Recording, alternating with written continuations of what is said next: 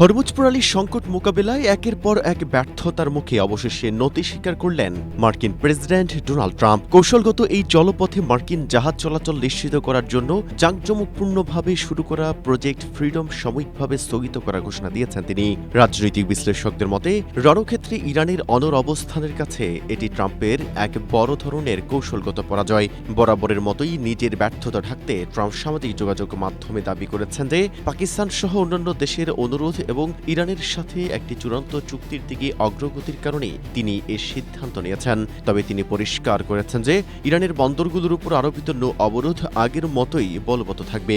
ট্রাম্পের দাবি, সামরিক সাফল্য অর্জন করার পর এখন তিনি ইরানকে একটি সমঝোতার সুযোগ দিতে চান। অন্যদিকে ট্রাম্পের এই ঘোষণাকে পাত্তাই দিচ্ছে না তেহরান। ইরানের সংসদের জাতীয় নিরাপত্তা কমিশনের প্রধান ইব্রাহিম আজিজি সাফ জানিয়ে দিয়েছেন যে ট্রাম্পের কল্পনাপ্রসূত সোশ্যাল মিডিয়া পোস্ট দিয়ে হরমুজ প্রণালী পরিচালিত হবে না। তার মতে রণক্ষেত্রে কোনো সুবিধা করতে না পেরে ট্রাম্প এখন সম্মানজনকভাবে পিছু হটার জন্য চুক্তির অজুহাত দিচ্ছেন।